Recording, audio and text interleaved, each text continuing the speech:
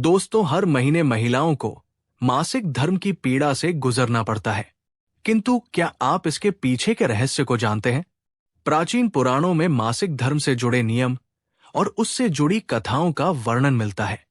पद्म पुराण में बताया गया है कि मासिक धर्म के दौरान स्त्री को स्पर्श करने से क्या होता है।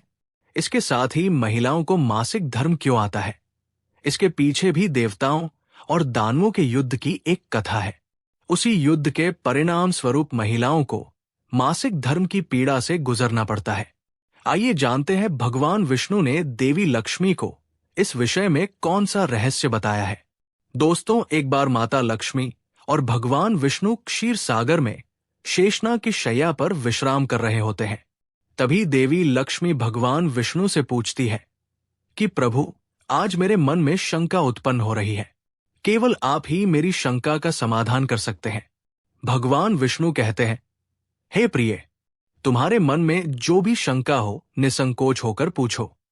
मैं तुम्हारी सभी शंकाओं का समाधान अवश्य करूंगा। देवी लक्ष्मी कहती है, हे प्रभु, किस श्राप के कारण स्त्रियों को मासिक धर्म की पीड़ा सहन करनी पड़ती है? मेरा दूसरा प्रश्न यह है प्रभु, एक रजस्वला स्त्री को कौन से कार्य नहीं करने चाहिए जिससे उन्हें पाप लगता है? भगवान विष्णु कहते हैं, हे देवी, आज तुमने मानव जाति के कल्याण के लिए बहुत ही उत्तम प्रश्न किया है। तुम्हारे इन सभी प्रश्नों का उत्तर देव शर्मा की इस प्राचीन कथा से प्राप्त हो जाएगा। इस महान कथा का श्रवण करने मात्र से ही समस्त पापों का नाश होता है। जो भी पति पत्नी इस कथा को ध्यानपूर्वक सुनते हैं, उन्हें सौभाग्य की प्राप्ति होती है। इसीलिए हे देवी, आप भी इस कथा को ध्यानपूर्वक सुनिए। देवी लक्ष्मी कहती है, हे प्रभु, ये देव शर्मा कौन थे? उनका आचार विचार कैसा था? मैं इस कथा को अवश्य सुनना चाहती हूं। कृपया आप इस कथा को मुझसे कहिए, मैं ध्यानपूर्वक पूरा अवश्य सुनूंगी।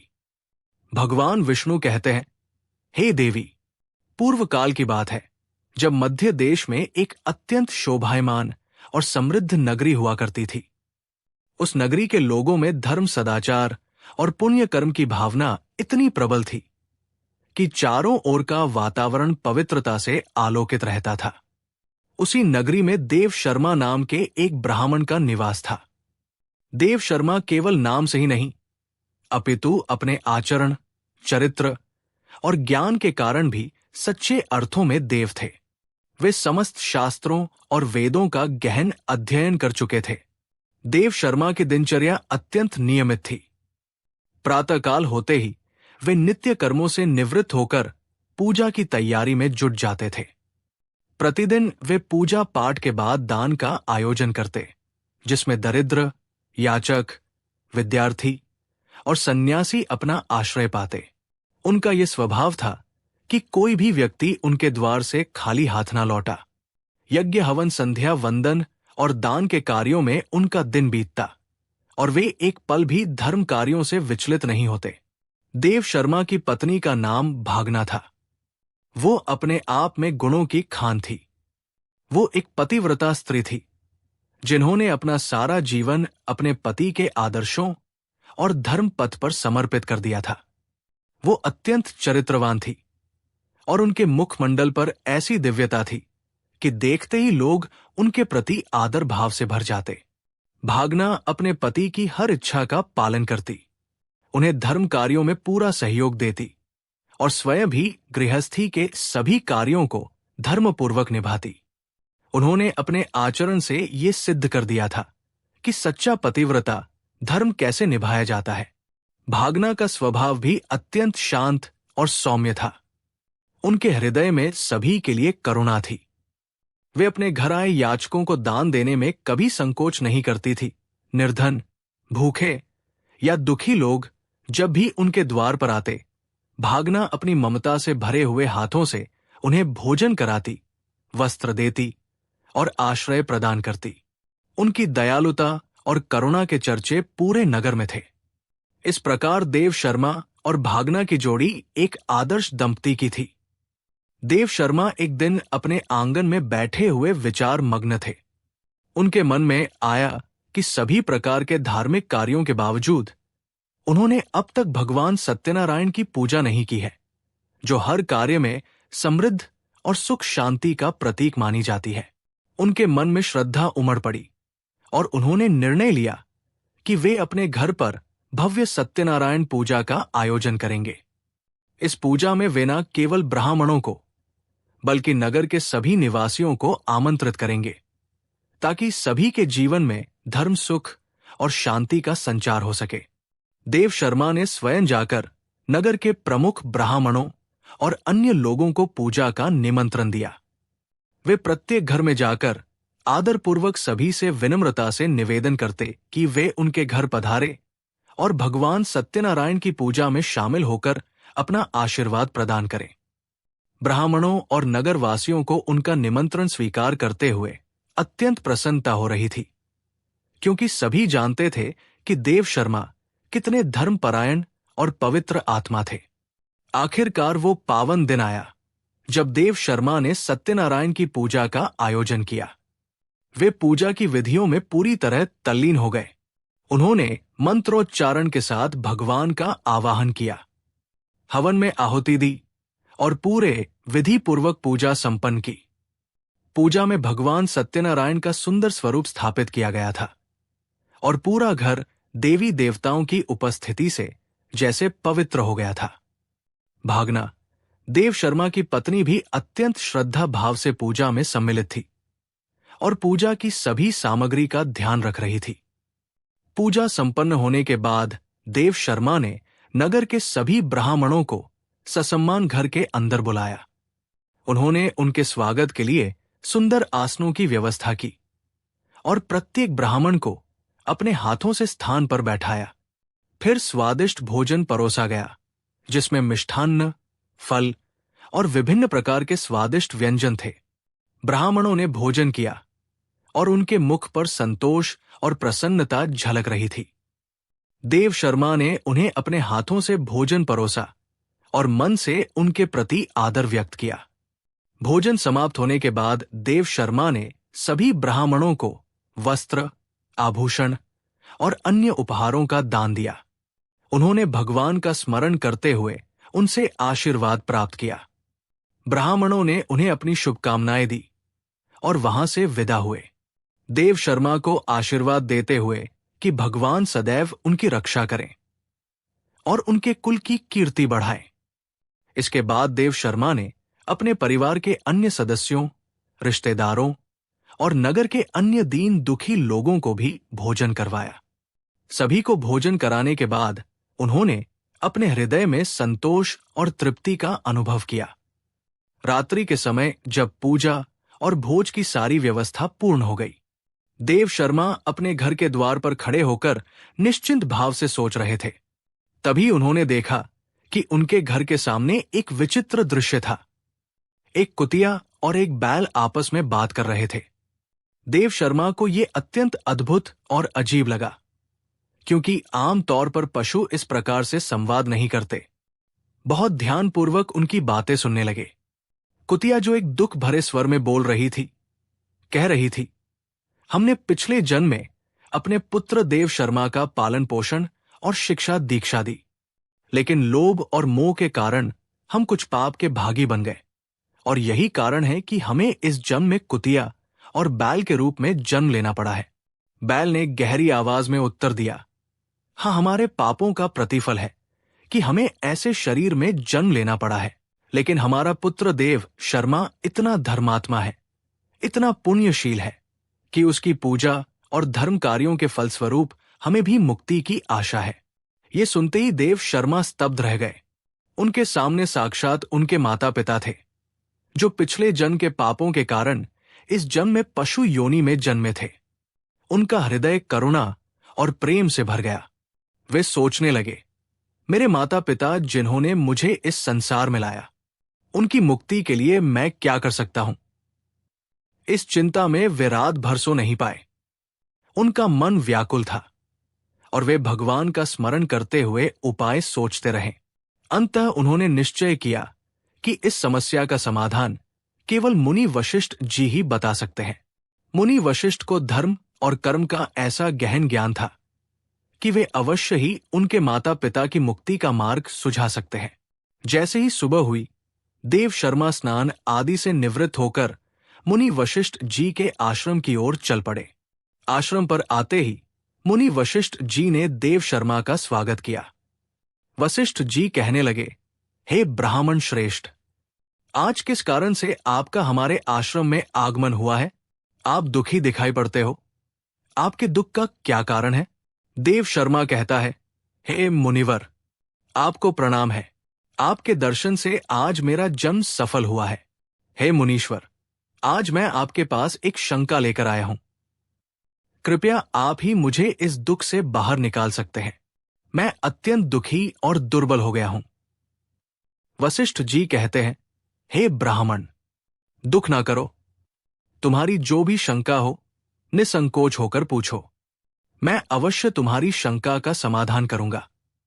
फिर देव शर्मा कहता है, हे मुनिवर, कल मैंने अपने घर पर भगवान विष्णु का पूजन किया था, तो अनेक ब्राह्मणों को और भूखे लोगों को भोजन कराया। विधि पूर्वक भगवान का पूजन किया। फिर मेरे द्वार पर एक कुतिया और एक बैल आ गए। दोनों मेरे घर के सामने खड़े होकर बातें कर रहे थे। कुतिया ने गहरी पीड़ा और दुख भरे स्वर में उस बैल से कहना शुरू किया कि स्वामी, आप जो घटना घटी वो अत्यंत विचलित करने वाली थी। हमारे पुत्र के घर में ब्राह्मणों के भोजन के लिए शुद्ध दूध का बर्तन रखा हुआ था। उस दूध को विशेष रूप से पूजा के बाद ब्राह्मण को परोसने के लिए रखा गया था। पूरा घर पूजा के कार्यों में व्यस्त था और कोई इस ओर ध्यान नहीं दे रहा था कि इस पवित्र दूध के बर्तन के पास अचानक एक विषैला सांप आकर अपना फन फैलाकर बैठ गया। जैसे ही मेरी दृष्टि उस ओर गई, मैंने देखा कि वो सांप धीरे धीरे उस दूध के बर्तन के पास जा पहुंचा। फिर उसने अपना विष उस दूध में उगल दिया। जब मैंने ये देखा तो मेरे हृदय में चिंता और भय उत्पन्न हो गया। वो दूध यज्ञ के उपरांत बनने वाले भोजन का हिस्सा बनने वाला था। कल्पना कीजिए, यदि उस विषैले दूध से भोजन बनता और ब्राह्मणों तथा अन्य अतिथियों ने उस भोजन का सेवन कर लिया होता तो कितनी भयानक त्रासदी हो जाती। मेरे मन में यह विचार आया कि मेरे अपने पुत्र के घर में होने वाले इस पवित्र कार्य में इस प्रकार का संकट आ गया है, और यदि मैं इसे नहीं रोकती तो इसका परिणाम ना जाने कितना भयंकर होता। कुतिया ने दर्द भरे शब्दों में आगे कहा, मैंने तत्कालिक साहसिक निर्णय लिया और बिना किसी और बात की परवाह किए उस विषैले दूध के बर्तन में से सारा दूध पी लिया। मुझे ये भली भांति ज्ञात था कि इस विषैले दूध को पीने से मेरी मृत्यु भी हो सकती है, परंतु मैंने सोचा कि यदि मेरे प्राणों की आहुति देकर इतने सारे निर्दोष लोगों का जीवन बच सकता है तो ये मेरा कर्तव्य है। ये सोचकर मैंने वो विष भरा दूध पी लिया।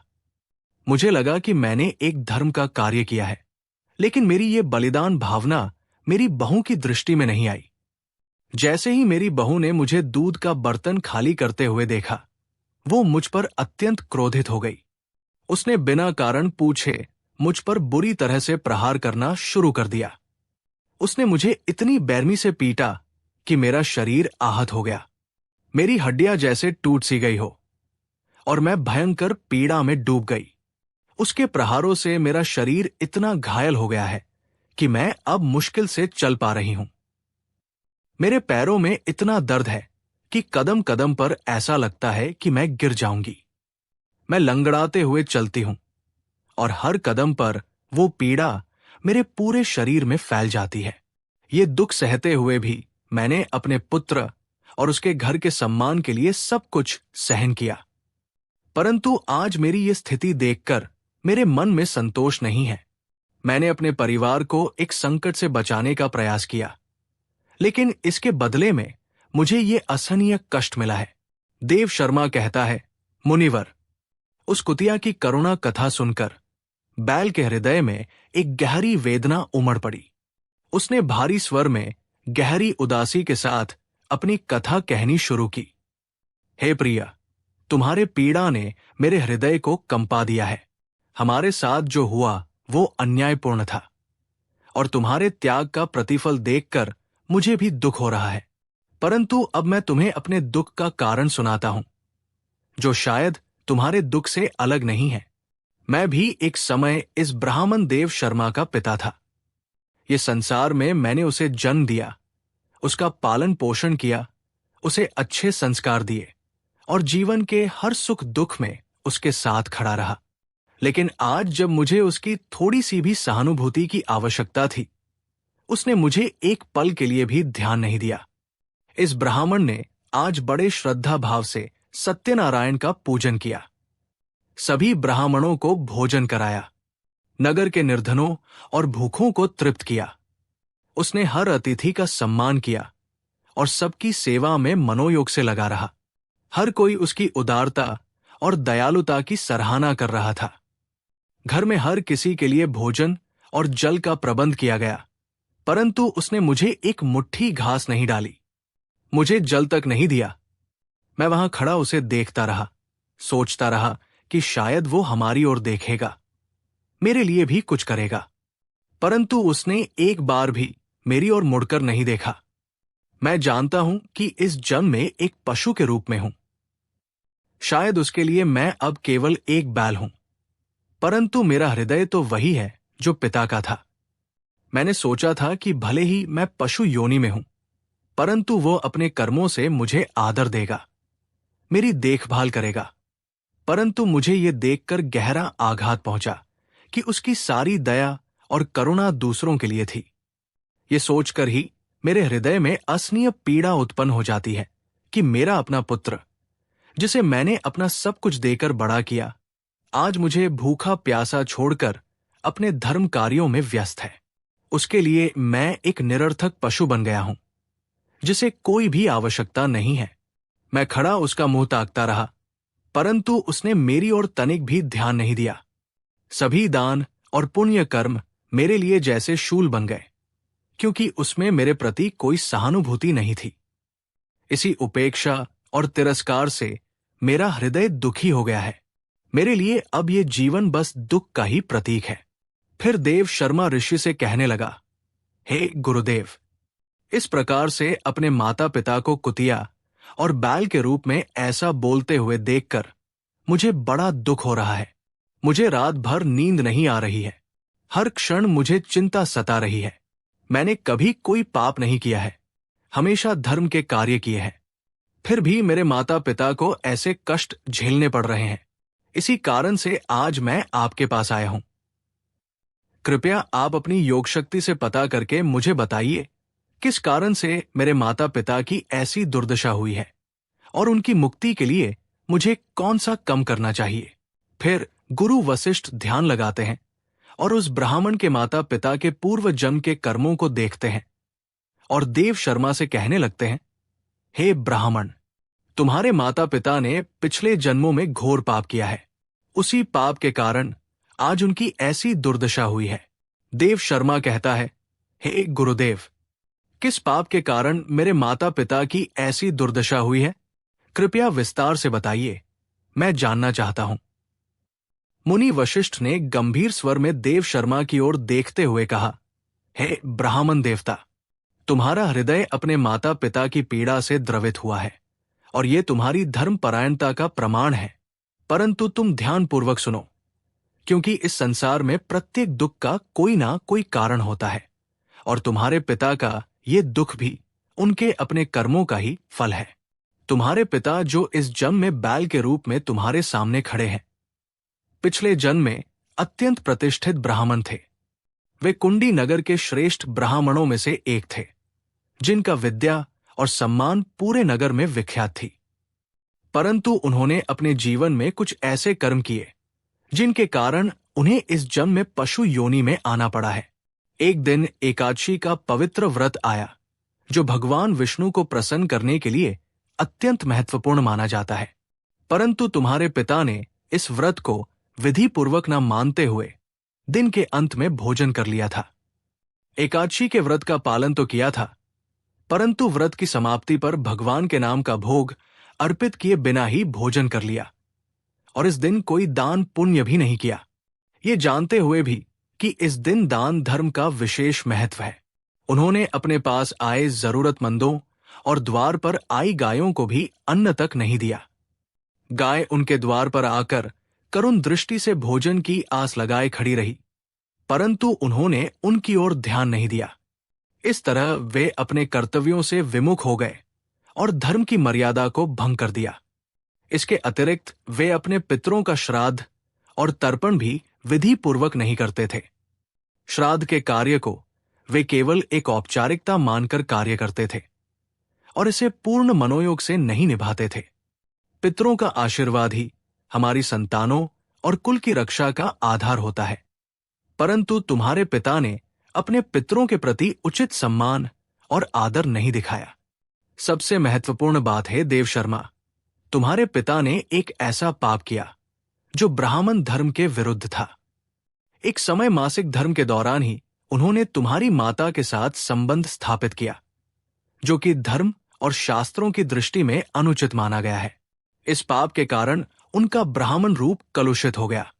इस संसार में शारीरिक संबंध भी शास्त्रों द्वारा निर्धारित समय और मर्यादा के अनुसार ही किए जाने चाहिए, अन्यथा वे पाप के श्रेणी में आ जाते हैं। तुम्हारे पिता ने इस नियम का उल्लंघन कर अपने कर्मों में दोष उत्पन्न किया और यही उनके पापों का प्रमुख कारण बना है। हे ब्राह्मण श्रेष्ठ, तुम्हारे पिता के इन दोषपूर्ण कर्मों ने उन पर पाप का आवरण डाल दिया और इस प्रकार उन्हें इस जन्म में पशु योनि का कष्ट सहना पड़ रहा है।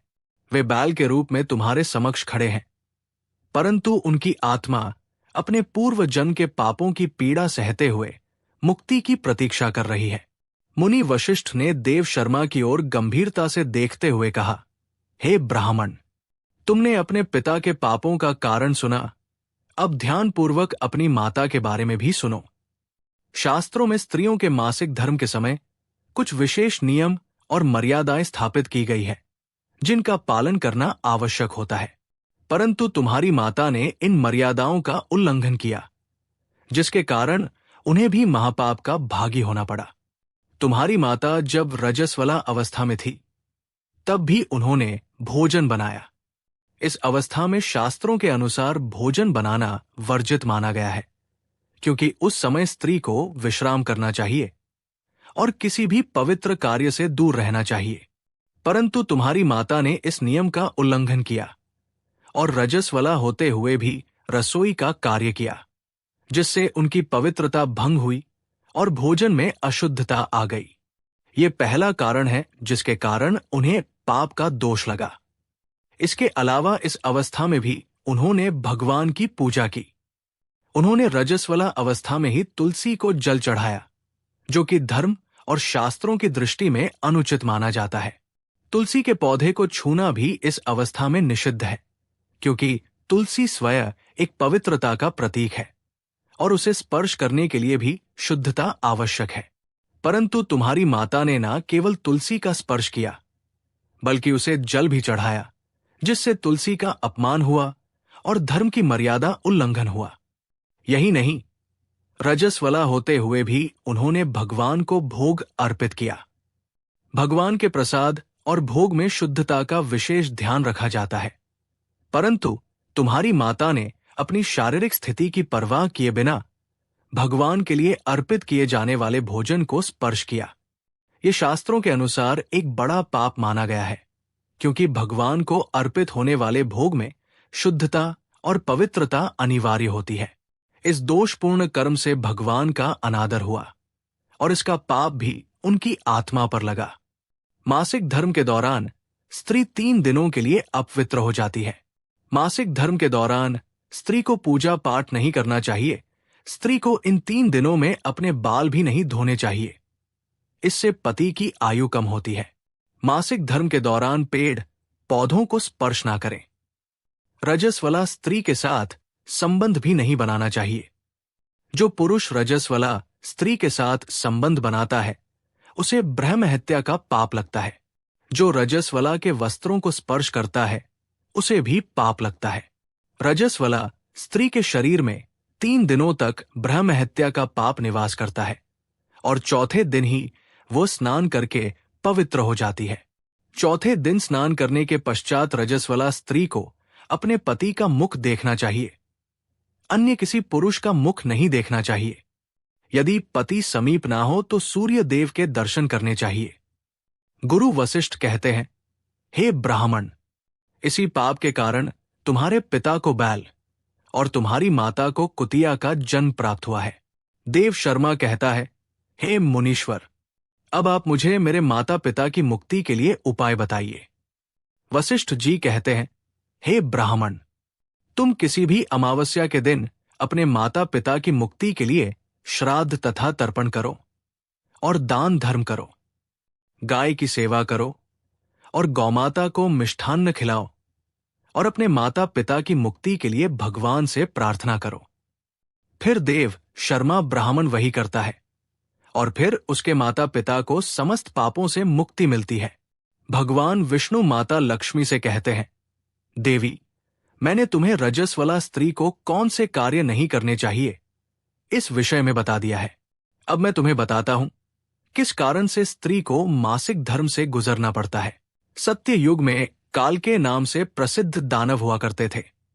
दानव होने के कारण उनका स्वभाव उग्र था और वे हमेशा ही युद्ध करने के लिए तत्पर रहते थे। फिर एक दिन सभी दानव वृत्रासुर के साथ मिलकर स्वर्ग लोक पर चढ़ाई करने लगे। उन असुरों के पास भयंकर शक्तिशाली अस्त्र थे जिसका देवता सामना ना कर सके और भागकर ब्रह्मदेव के पास चले गए। फिर ब्रह्मदेव ने उन्हें असुरों को परास्त करने का उपाय बताते हुए कहा, हे इंद्र, तुम इसी क्षण महर्षि दधीची के पास जाओ। वे उनके शरीर की हड्डियों से तुम्हें अस्त्र शस्त्र प्रदान करेंगे। उन्हीं अस्त्रों का प्रयोग करके तुम वृत्रासुर का वध कर सकोगे। फिर सभी देवता महर्षि दधीची के आश्रम पर जाते हैं और उन्हें प्रार्थना करके अस्त्र प्रदान करने की विनती करते हैं। फिर संसार के कल्याण के लिए महर्षि दधीची अपने शरीर की हड्डियों से अस्त्र शस्त्र निर्माण करते हैं।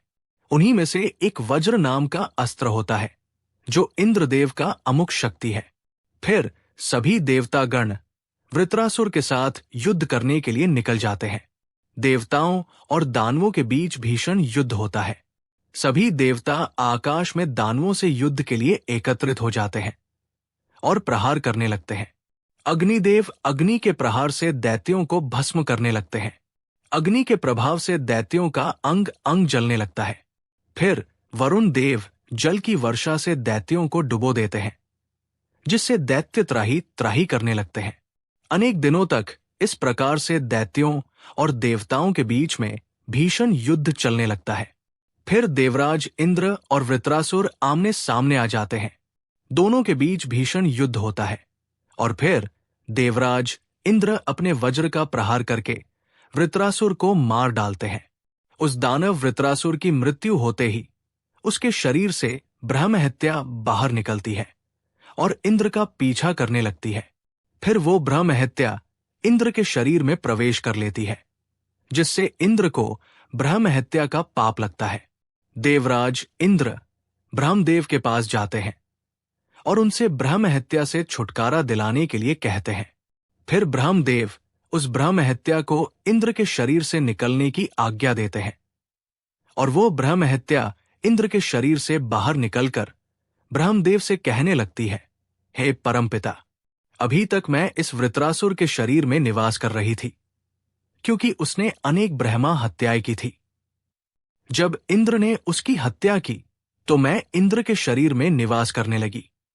अब आप ही मुझे कोई उचित स्थान दीजिए जहां पर मैं रहूं। फिर ब्रह्मदेव कहते हैं, हे ब्रह्म हत्या, मैं तुम्हें उचित स्थान देता हूं। इतना कहकर ब्रह्मदेव ने ब्रह्म हत्या के 4 भाग किए और कहा है, ब्रह्म हत्या, तुम्हारा एक चौथाई भाग अग्नि के भीतर रहेगा। जो भी मनुष्य अग्नि को आहुति नहीं देगा तुम उसके शरीर में प्रवेश कर लेना। तुम्हारा दूसरा एक चौथाई भाग जल के भीतर रहेगा।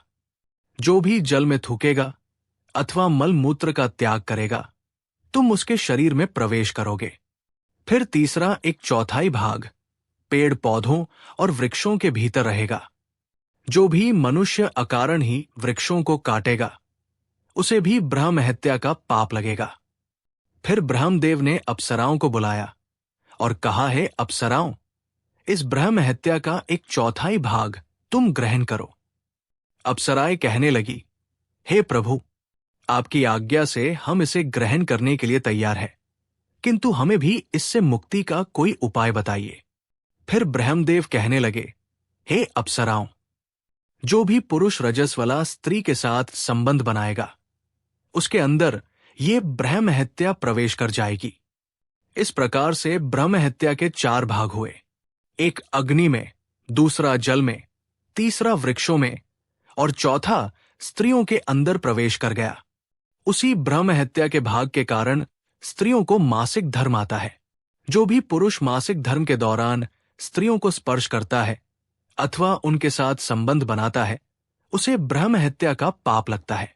भगवान विष्णु कहते हैं, हे देवी, इस प्रकार से मैंने आपको स्त्री के रजस्वला होने के पीछे की कथा और रजस्वला स्त्री को कौन से कार्य नहीं करने चाहिए आदि के विषय में बता दिया है।